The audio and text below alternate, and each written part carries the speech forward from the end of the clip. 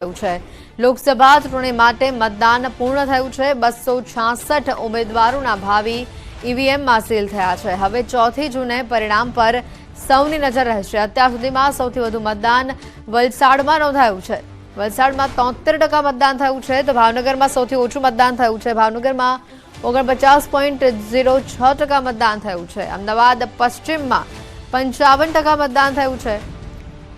રાજકોટની વાત કરીએ, રાજકોટમાં 59.60%, જામનગર લોકસભા સીટ ઉપર 57.67% મતદાન થયું છે। સુરેન્દ્રનગરમાં 53.43%, પંચમહાલમાં 58.27%, આણંદમાં 64.90%, પાટણમાં 58.37%, સાબરકાંઠામાં 60.25%, ખેડામાં 57.87%, તો સાથે જ બનાસકાંઠામાં 69.41%, દાહોદમાં 58%, ભરૂચમાં 68.75%, મહેસાણામાં 64.93%, બારડોલીમાં 60.86%, નવસારીમાં 58%, વલસાડમાં 73%, સૌથી વધુ વલસાડમાં મતદાન થયું છે। વડોદરામાં 61.56% મતદાન થયું છે। છોટાઉદેપુરમાં 68%, કચ્છમાં 55.33%, જૂનાગઢમાં 60%, અમરેલીમાં 50.07%, ભાવનગરમાં 49.06% આંકડા અત્યારે સામે આવ્યા છે। પોરબંદરમાં 51.76% મતદાન થયું છે। અમદાવાદ પૂર્વમાં 55% મતદાન થયું છે। અમદાવાદ પશ્ચિમમાં પણ 55% મતદાન થયું છે। ગાંધીનગરમાં 56.82% મતદાન સરેરાશ નોંધાયું છે। ચૂંટણી પંચ તરફથી આ અંગે જાહેરાત કરવામાં આવશે।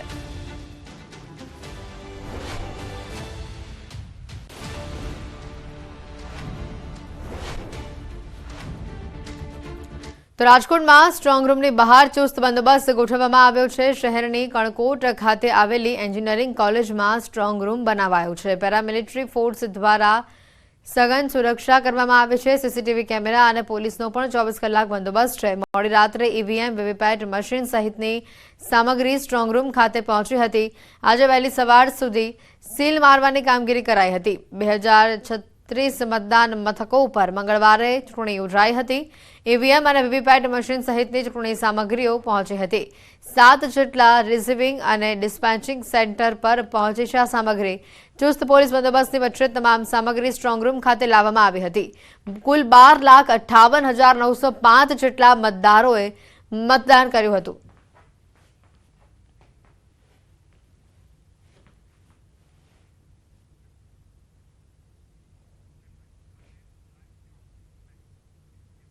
તમામ 266 ઉમેદવારોના ભાવિ સીલ થઈ ચૂક્યા છે। અને હવે મહત્વની વાત છે સ્ટ્રોંગ રૂમની બહાર, કારણ કે સ્ટ્રોંગ રૂમની બહાર નેતાજીની પણ બાજ નજર છે અને હાલ તમામ ઈવીએમ સીલ કરી દેવામાં આવ્યા છે। આપ જોઈ રહ્યા છો મારી પાછળ સ્ક્રીનમાં, અમદાવાદથી અમારી સાથે સંવાદદાતા વિભુ અને રાજકોટથી સંવાદદાતા હાર્દિક અહીંયા જોડાઈ ચૂક્યા છે। વિભુ, સૌથી મહત્વની વાત, ગઈકાલે મતદાન જે રીતે પૂર્ણ થયું અને હવે સ્ટ્રોંગ રૂમની બહાર બાજ નજર રખાઈ રહી છે, તમામ ઈવીએમ સીલ કરી દેવામાં આવ્યા છે।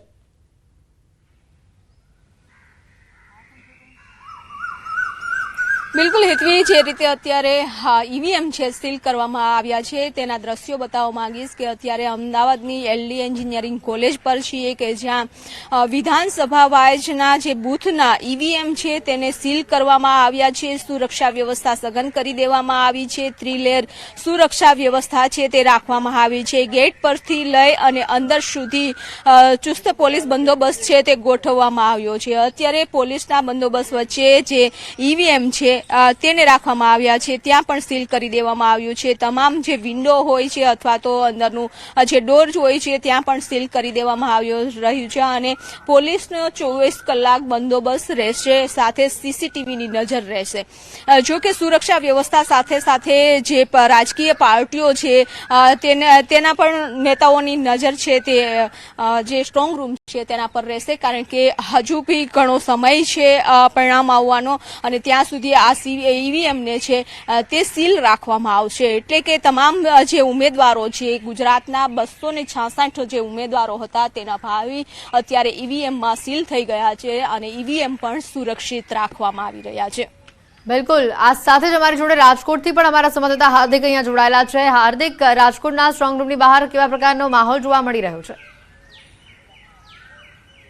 ચોક્કસથી રાજકોટ ગુજરાતની અતિ મહત્વપૂર્ણ ગણાતી રાજકોટ લોકસભા બેઠકની ગઈકાલે ચૂંટણી યોજાઈ હતી। કુલ 2036 જેટલા મતદાન મથકો ઉપર આ ચૂંટણી પ્રક્રિયા પૂર્ણ થઈ હતી। ત્યારે કહી શકાય કે 7 જેટલા જે ઈવીએમ મશીનના જે રિસીવિંગ ડિસ્પેચિંગ સેન્ટર છે ત્યાં ઈવીએમ વીવીપેટ સહિતની જે ચૂંટણી સામગ્રી છે તે પહોંચી હતી.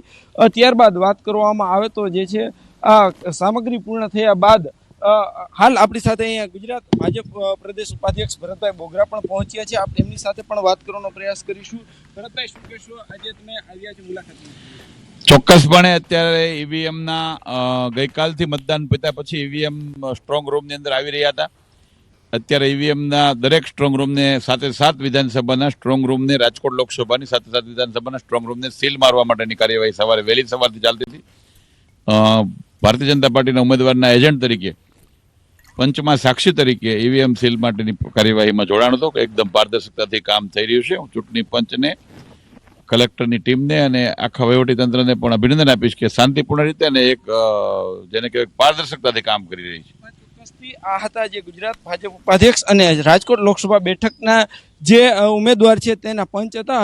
હજુ પણ ક્યાંક ને ક્યાંક કહી શકાય કે પંચની સાક્ષી સાથે જે સાઇન કરવાની જે કામગીરી હતી તે હજુ સુધી ચાલતી હતી. મોડી રાત સુધી કામગીરી ચાલતી હતી. તો બીજી તરફ અત્યારે પણ સ્ટ્રોંગ રૂમ બહારના દ્રશ્યો જોઈ શકો છો કે જે છે ચુસ્ત બંદોબસ્ત ગોઠવી દેવામાં આવ્યો છે. અલગ અલગ લેયરમાં આ બંદોબસ્ત જે ગોઠવવામાં આવ્યો છે. સૌ પ્રથમ પેરામિલિટરી ફોર્સ છે, ત્યારબાદ સ્થાનિક પોલીસ છે, એસઆરપી પોલીસ છે, અલગ અલગ પોલીસના જે લેયર છે, અલગ અલગ પોલીસ જવાનો છે, તેમના દ્વારા ચુસ્ત બંદોબસ્ત ગોઠવી દેવામાં આવ્યો છે. તો સાથે સાથે સમગ્ર આ વિસ્તાર છે તેમને સીસીટીવી કેમેરાથી પણ કોર્ડન કરી દેવામાં આવ્યો છે.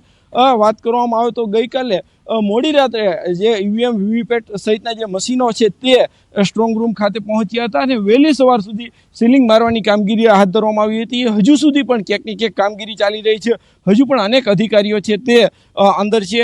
આ કામગીરી પૂર્ણ થયા બાદ જે કહી શકાય કે અંદર માત્ર ને માત્ર જે ખૂબ જ જવાબદાર વ્યક્તિ છે તેમને જ પ્રવેશ આપવામાં આવશે. 24 કલાક બંદોબસ્ત ગોઠવવામાં આવશે. અહીંયા ઉચ્ચ પોલીસ અધિકારીઓ પણ અત્યારે આપ જોઈ શકો છો કે અહીંયા બંદોબસ્તમાં ગોઠવાઈ ગયા છે. ખાસ કરીને વાત કરવામાં આવે તો હાલ આજે આગામી 4 તારીખે કે જ્યારે મતગણતરી થવાની છે આ જગ્યાએ, ત્યારે આ મતગણતરી પૂર્ણ થયા બાદ મતગણતરી જ્યારે યોજાશે ત્યારે ક્યાંક ને ક્યાંક હાલ જે છે અહીંયા આવશે ને ત્યારે અત્યારે જે સીલ મારવાની કામગીરી છે, સીલ કર્યું છે તે અત્યારે પંચની સાક્ષીઓમાં સીલ ખોલાશે ને ત્યારબાદ મતગણતરીની પ્રક્રિયા હાથ ધરાશે. જી બિલકુલ વિભુ, જે રીતે ગઈકાલે મોડી રાત સુધી કામગીરી ચાલી હતી શાંતિપૂર્ણ માહોલમાં, વિભુ, મતદાન ગઈકાલે પૂર્ણ થયું. ચોક્કસથી જે રીતે મતદાનની ટકાવારી સામે આવી છે તે ઘણી ઓછી છે અને જેના કારણે ઘણા તર્ક વિતર્કો અને ઘણા આક્ષેપ પ્રત્યાક્ષેપો પણ થઈ રહ્યા છે. હવે વાત જ્યારે સ્ટ્રોંગ રૂમની આવે છે ત્યારે નેતાઓની પણ એટલી જ નજર આ સ્ટ્રોંગ રૂમની બહાર હવે જોવા મળશે, કારણ કે 4 જૂને પરિણામ આવવાનું છે. સમય હજી ઘણો લાંબો છે.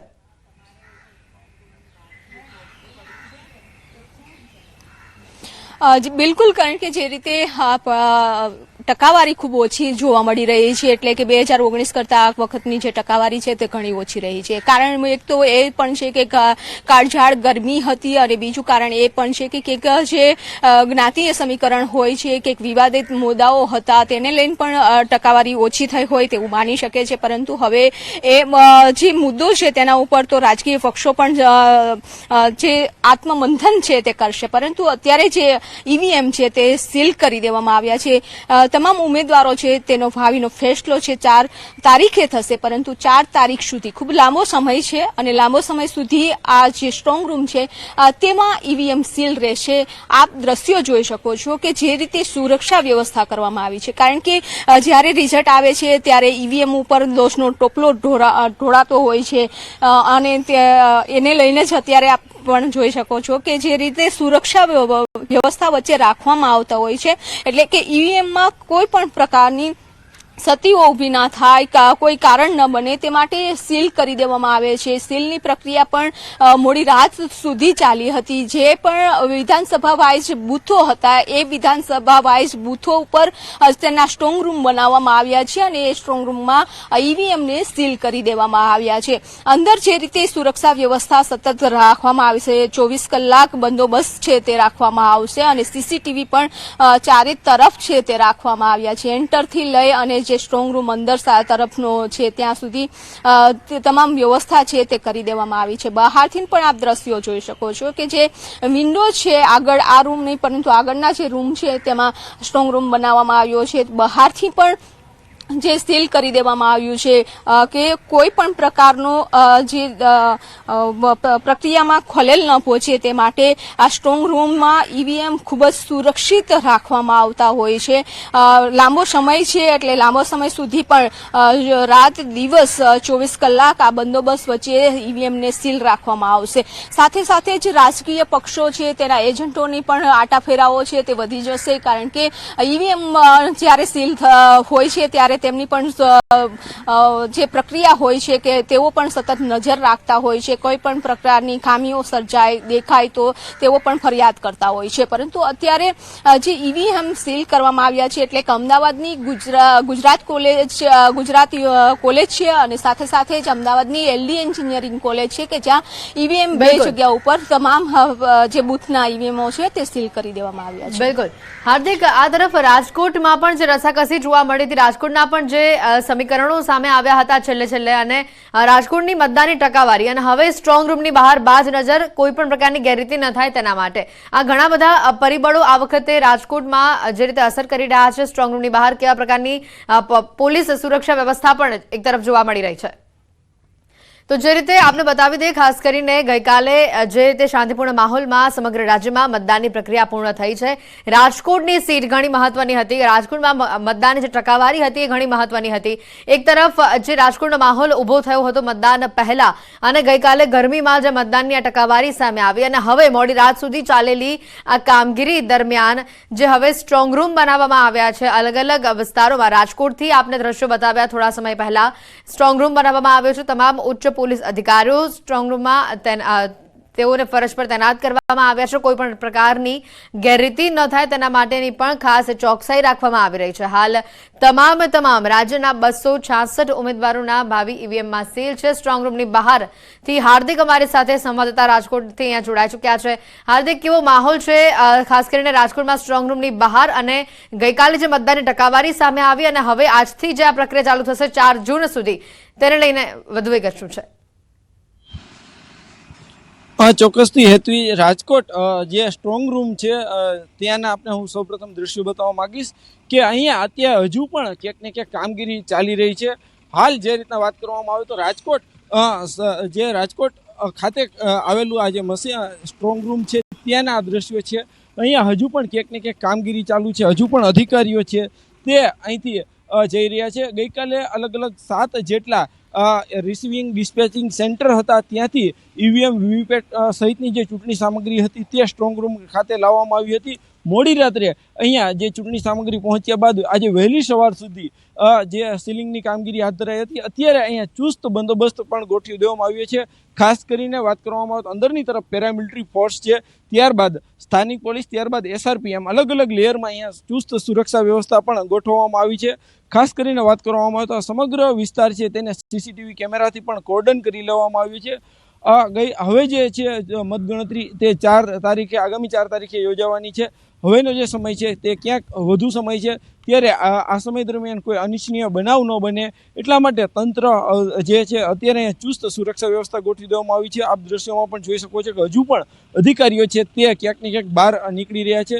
આજે વહેલી સવાર સુધી જે કામગીરી ચાલી હતી, જે પંચ હતા, જે સાક્ષીઓ હતા ઈવીએમ સીલ કરતા સમયે એમને પણ અત્યારે બોલાવવામાં આવી રહ્યા છે. તેમની સાઇન લેવામાં આવી છે અને ત્યારબાદ કહી શકાય કે હવેની જે કામગીરી છે તે અત્યારે અહીં હાથ ધરાઈ રહી છે. તો બીજી તરફ આ કણકોટનો આ જે એન્જિનિયરિંગ વિસ્તાર છે, એન્જિનિયરિંગ કોલેજનો વિસ્તાર, તેમને જે છે સુરક્ષા છાવણીમાં બદલી દેવામાં આવ્યો છે અને અત્યારે અહીંયા જે રીતના વાત કરવામાં આવે તો ચુસ્ત સુરક્ષા વ્યવસ્થા વચ્ચે સ્ટ્રોંગ રૂમ છે ત્યાં અત્યારે અધિકારીઓ છે, ઉચ્ચ અધિકારીઓ છે તે પણ દેખરેખ રાખી રહ્યા છે. જી બિલકુલ હાર્દિક, આભાર માહિતી બદલ.